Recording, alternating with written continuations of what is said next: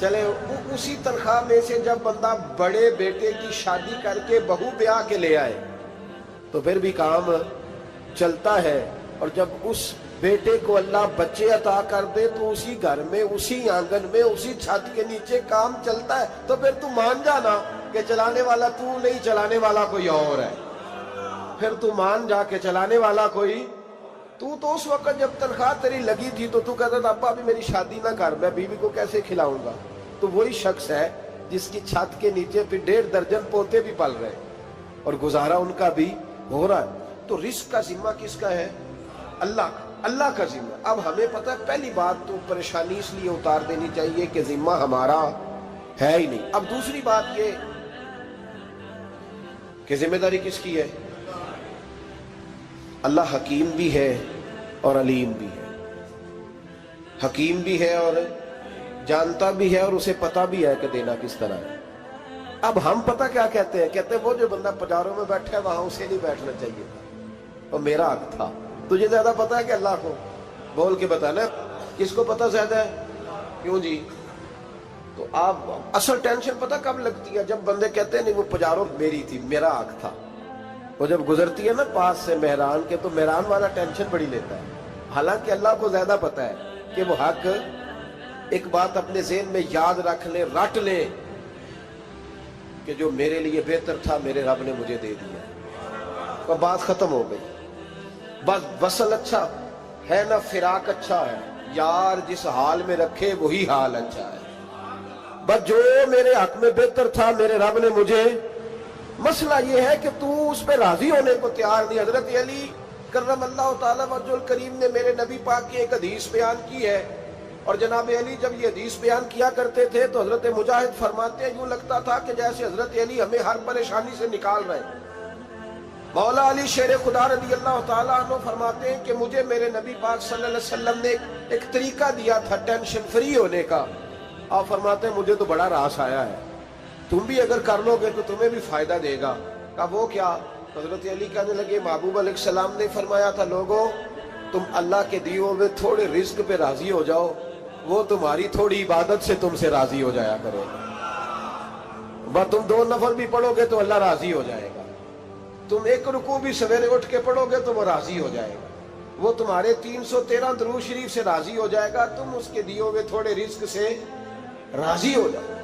Tension اس لیے ہوتی ہے کہ ہم راضی نہیں جو اس نے ہمیں دیا ہے۔ وہ حل میں مزید کی جو دوڑ ہے نا، حل میں مزید کی، بے قدرہ کچھ قدر نہ جاتی، کیتی خوب تسلی ہو، دنیا دار پجاری زردے کتیاں دے گل ٹلی ہو، بک بک روشن اکھیاں تکیو ویک حویلی کلی ہو، تے کوچ نصیر اساں جد کیتی پہ جانی تھر تھلی ہو۔ تو یاد رکھیں یہ جو ہے نا مصیبت کے مال آ کیوں نہیں رہا، وہ سامنے والا پلاٹ میرے گھر کے سامنے ہے گھر کے سامنے، پر رجسٹری میرے نام کیوں نہیں؟ یہ مصیبت سانس نہیں لینے دیتی۔ موٹر سائیکل کھڑی کرتا ہے نا جب آ کے دکان سے روٹی کھانے آتا ہے، دفتر سے گھر آتا ہے، کاروبار سے آتا ہے، تو جہاں موٹر سائیکل کھڑی کرتا ہے وہ ٹینشن بڑی ہے کہ کبھی میری ہو جائے نا یہ والی جگہ، تو میں یہاں بھی بورڈ لگاؤں اپنے نام۔ اس نے مالی پریشانی پیدا کی۔ تو جس حال میں ہے، کیونکہ تو نے اپنا یہ حال خود نہیں بنایا، جس نے بنایا ہے وہ بڑا بہتر جانتا تھا کہ تو اسی حال میں اسے اچھا لگتا ہے۔ تو اسے اسی حال میں، ایک بزرگ تھے تو ان کی طبیعت بڑی علیل ہو گئی، بیمار ہو گئے، تو اللہ نے آزمائش دی تو کیڑے پڑ گئے وجود میں۔ ایک کیڑا یہاں سے کھا رہا تھا، اللہ والے بڑے راضی رہتے ہیں اس کی رضا پہ، تو کیڑا یہاں کھا رہا تھا تو نیچے گر گیا، تو بابا جی نے اٹھا کے پھر وہاں رکھ لیا، کہنے لگے جب اس نے تیری ڈیوٹی مجھے کھانے کی لگائی ہے تو میں اس بات پہ راضی ہوں، تو نیچے کیوں گرتا ہے؟ بٹ ٹھیک ہے کھا، جب اس نے تجھے ڈیوٹی جو تیری لگائی ہے۔ سالبہ بن عبد الرحمن ایک صحابی تھے، سالبہ غالباً نبی پاک صلی اللہ علیہ وسلم کی خدمت میں آئے، کہنے لگے یا رسول اللہ صلی اللہ علیہ وسلم غربت بڑی ہے، میرے لیے دعا کریں اللہ زیادہ مال دے۔ تو محبوب صلی اللہ علیہ وسلم نے فرمایا تو جس حال میں اچھا ہے وہ تیرے لیے بہتر ہے، جس میں تو ہے وہی حال تیرے لیے۔ مشکل ہے نا یہ جواب سننا۔ کہتے پیر صاحب فلان جگہ سے تویز آیا، وہاں تو وارے نے آرے ہو گئے، تو آپ کے ہاں؟ تو میں کہتا ہوں یہ تویز دینے والا اگر تویز دے کے امیر بناتا ہے تو پہلے خود کیوں نہیں بنتا؟ یہ خود تو 150 کا تویز بیچ رہا ہے، اپنی بیچارے کی حالت یہ ہے۔ اگر اتنا ہی تویز اس کا چلتا ہوتا تو پہلے 5 ٹیوب پجارو اس کے دروازے پہ کھڑی ہوتی۔ عجیب چکر ہے، اور عجیب جگہ لوگ الجھ گئے، سمجھتے ہی نہیں بات کو۔ یا رسول اللہ صلی اللہ علیہ وسلم دعا کر دے تو محبوب نے کیا فرمایا؟ فرمایا تو جس حال میں ہے نا وہ حال تیرے لیے بہتر ہے، اسی میں رہ۔ کہ نہیں حضور دعا کرے۔ فرمایا سال بعد تو باز آ جا۔ حضور دعا کرے۔ فرمایا تو باز آ جا۔ 2-3 دفعہ کا ضد کی، محبوب نے فرمایا جا پھر اللہ تجھے زیادہ پیسے دے گا۔ چند بکریاں خریدی، اتنی برکت ہوئی کہ بکریوں کے ریوڑ بن گئے۔ پھر کچھ بکریاں بیچ کے گائے خرید لی، ان کے بھی ریوڑ ہو گئے۔ پھر کچھ اونٹ اونٹنیاں لے لی، ریوڑ ہی ریوڑ۔ پہلے 5 وقت مسجد میں آتے تھے، اب فجر اور عشاء رہ گئی۔ پھر مال زیادہ ہوا تو مدینے شہر میں کوئی جگہ ہی نہیں، مدینے سے باہر حویلی خریدی، پھر جمعہ ہی رہ گیا۔ جمعے کے جمعے آتے، زکوٰۃ کا حکم آیا۔ میرے نبی کریم علیہ السلام نے حضرت ابو ہریرہ کو بھیجا، فرمایا جا اسے کہہ تیری زکوٰۃ بنتی ہے 2.5%۔ 10 کروڑ روپیہ ہو تو کتنی زکوٰۃ بنتی؟ بھئی 1 کروڑ کی 2.5 لاکھ ہوئی نا، تو 10 کروڑ کی کتنی ہوئی؟ تو بڑی مصیبت ہے جب بینک سے میسج آتا ہے نا کہ 25 لاکھ نکل گیا تیرے اکاؤنٹ سے، بہت بڑی مصیبت، بڑی ٹینشن ہوتی ہے۔ ایک صاحب میرے پاس آئے، ان کی زمین اچانک مہنگی ہو گئی، اچانک پہلے کچھ 15-16 لاکھ کی ایکڑ زمین تھی، پھر وہ کروڑ کی ہو گئی۔ تو میرے پاس آئے، کہنے لگے وہ 10 کروڑ روپے بنتے ہیں تو زکوٰۃ، تو میں نے کہا آپ نے کیا کیا؟ ذری زمین پہ عشر آتا ہے، اس پہ زکوٰۃ نہیں آتی، تو آپ نے کیا کیا؟ کہنے لگے وہ کچھ سوسائٹی کے رول کے مطابق میں نے فائلیں وغیرہ لے لی ہیں، اب میں نا کبھی موقع آئے گا تو ان کو بیچوں گا۔ تو میں نے کہا اب تو آپ کا یہ مال ہو گیا بزنس کا، تو اب تو اس پہ زکوٰۃ آئے گی۔ 10 کروڑ پہ جب 25 لاکھ سنا تو کہنے لگے فوراً دینی پڑتی ہے کہ تھوڑی تھوڑی سے بھی کام چل جاتا ہے؟ تو میں ان کا چہرہ دیکھنے لگا، میں نے کہا نہیں وہ تو آپ کو پتہ ہے، ویسے حضرت عمر فرمایا کرتے تھے بانٹ کے نہ دو، کوشش کرو کسی ایک کو دو، چلو کسی کا تو کچھ بن جائے، تو ایک کو ہی دینی چاہیے۔ کہنے لگے تو مطلب یہ ایسا ہی حکم ہے؟ میں نے کہا آپ کسی اور سے تحقیق کر لیں۔ اب یہ بھائی لیتے وقت نہیں تجھے ٹینشن ہوئی کہ 15 لاکھ کا کروڑ ہو گیا، تو اس وقت نہیں تو نے کہا کہ یا اللہ، تو یہ کیسی سوچ ہے مسلمان؟ کس طرح کا اس کا؟ ہمارے ہاں جب کسی آدمی پہ حالات خراب ہوتے ہیں نا، تو سب سے پہلے وہ اس طرح کرتا ہے کہ جو میں کہیں اللہ کے رستے میں دیتا ہوں پہلے اسے بند کروں۔ جس رستے تجھے آ رہا تھا پہلے تو نے وہ رستہ بلاک کیا۔ حضرت اسماء بنت ابی بکر صدیق کہتی ہیں میں حضور کو مسجد کے لیے، ادارے کے لیے، صحابہ صفہ کے لیے کچھ دے رہی تھی، تو میں نے گننا شروع کیا تو حضور مسکرانے لگے۔ حضور مسکراتے کیوں ہیں؟ تو فرمانے لگی، محبوب فرمانے لگے اسماء اللہ کے رستے میں گن گن کے نہ دیا کر، ورنہ وہ بھی تجھے گن گن کے دے گا۔ تو اس کے رستے میں بے حساب دے، وہ بھی تجھے بے حساب ہی عطا فرمائے۔ لیکن پہلے یہ والا پہلے دروازہ بند کرو، یہاں سے پیسے ختم ہو رہے ہیں۔ تو اس طرح کرنا بھائی، اس دفعہ سوٹ ذرا گرمیوں والے نہ خرید، لیکن جو تو اللہ کے رستے میں دے رہا ہے اسے دیتا رہے۔ لیکن ہم اپنا نقصان کرتے ہیں، زیادتی کرتے ہیں اپنے ساتھ۔ میں نے آپ کو پہلے بھی بتایا تھا پیار کی بولی ہے، پھر بولتا ہوں۔ ایک بڑے بڑے پیار والے دوست ہیں، ایک دفعہ مجھے کہنے لگے کہ آپ کئی دفعہ اعلان کرتے ہیں تو مجھے اچھا نہیں لگتا، اور آپ ادارہ بھی بہت زیادہ بننے والا ہے، بڑی چیزیں میں دیکھتا ہوں جو ہوں تو بڑا نظام اچھا ہو جائے، آپ دعا کریں اللہ مجھے پیسے دے تو میں بڑے سارے خرچ کروں گا اس کے رستے۔ تو میں نے کہا یا اللہ اسے 10 کروڑ دے، یہ 9.5 کروڑ تیرے رستے میں دے دے گا۔ تو چپ کر گیا، جس طرح آپ نہیں کر گئے سارے، چپ کر گیا وہ بھی۔ اس نے کہا جی نہیں جی انشاءاللہ کریں گے۔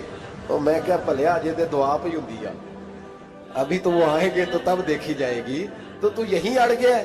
یعنی 9.5 کروڑ اللہ کے رستے میں خرچ کرنے کی دعا پہ بھی آمین کوئی نہیں کہتا کہ چلو آمین ہی کہہ دیں۔ تو میں کہا تینوں تے 50 لاکھ بچتا سی پیا، لیکن تو اس سودے پہ تیار ہے۔ جب یہ سوچ ہوتی ہے، یہ غلط سوچ ہے، یہ بات تو اگر تم مسکرانے والی، لیکن یہ سوچ صحیح نہیں۔ حضرت عثمان غنی رضی اللہ تعالیٰ عنہ کہتے ہیں جس وقت نبی پاک صلی اللہ علیہ وسلم نے اعلان کیا نا جنگ کے موقع پر کہ 800 سپاہیوں کا خرچہ چاہیے، کہتے ہیں میرے پاس 600 کا تھا۔ یہاں ایک روایت میں حضور نے 1000 کا اعلان کیا تو میرے پاس 800 کا تھا۔ جب 2-3 دفعہ نبی پاک نے اعلان کیا تو کہتے ہیں میں نے کھڑے ہو کے کہا یا رسول اللہ پورا 800 میری طرف سے۔ کہتے میں نے 200 سپاہی کا خرچہ ادھار اٹھایا لیکن پورے 2 مہینے نہیں گزرے تھے، رب کریم نے مجھے کئی گنا کر کے پیسے واپس عطا فرما دیے۔ پر بات تو یہ ہے کہ تیری وہاں لو لگی ہو، تو تجارت کرتا ہے ان لوگوں کے ساتھ جو کیا دے سکتے۔ تو سالبہ کے پاس حضور نے پیغام بھیجا، پہلے تو کہا تیرے لیے بہتر نہیں مال، جب اصرار کیا تو اب بڑی برکت ہو گئی، بڑا آیا تو فرمایا زکوٰۃ دے، 2.5% زکوٰۃ ہے۔ اب جب سوچا کہ 5 اونٹوں پہ ایک بکری جائے گی اور بڑا سارا مجھے دینا پڑے گا، اب جب غور کیا تو یہ تو نہ کہا کہ میں نہیں دیتا۔ حضرت ابو ہریرہ سے کہنے لگے نبی کریم علیہ السلام کی خدمت میں عرض کرنا کہ میں خود آؤں گا۔ حضرت ابو ہریرہ نے آ کے عرض کی یا رسول اللہ صلی اللہ تعالی علیہ وسلم، حضور وہ کہتے تھے میں خود آؤں گا، تو کہتے ہیں محبوب نے ٹھنڈی سانس لی، فرمایا اسے کہا تھا کہ تیرے لیے مال بہتر نہیں، اب ہلاک ہو گیا، ہائے افسوس ہلاک ہو گیا۔ ان کو بھی تھوڑی دیر کے بعد احساس ہوا کہ یہ میں نے کیا کیا، نبی پاک کوئی کہہ دیا نہیں ہے، حضور کو کہہ دیا بعد میں آؤں گا۔ اب دوڑے آئے، عرض کی حضور میں سارا کچھ لے کے آیا ہوں، قبول کر لیں۔ محبوب نے فرمایا گویا بلال حبشی کی خشک کھجور بھی قبول ہے، اور صہیب رومی ایک اٹی باندھ کی لائے تو وہ بھی قبول ہے، اور عمار بن یاسر اور مصعب بن عمیر اگر 2 دینار دے جائیں اور کوئی پرانا جوڑا کسی سپاہی کے لیے چھوڑ جائے تو وہ بھی قبول ہے، لیکن تو اپنا لاکھوں لے کے چلا جا، تیرا کوئی نہیں قبول، معاف کر دیں۔ فرمایا جا معاف کیا، پر پیسے لے کے نہ آنا۔ اگلے سال پھر آئے، بندے ہوئے ہاتھ ہیں، محبوبہ میں دولت کا کیا کروں گا، آگ لگانی ہے، قبول کر لیں۔ فرمایا تو لے جا، تیرا نہیں قبول، گرا جو ان کی نگاہ سے وہ سنبھل نہیں سکتا۔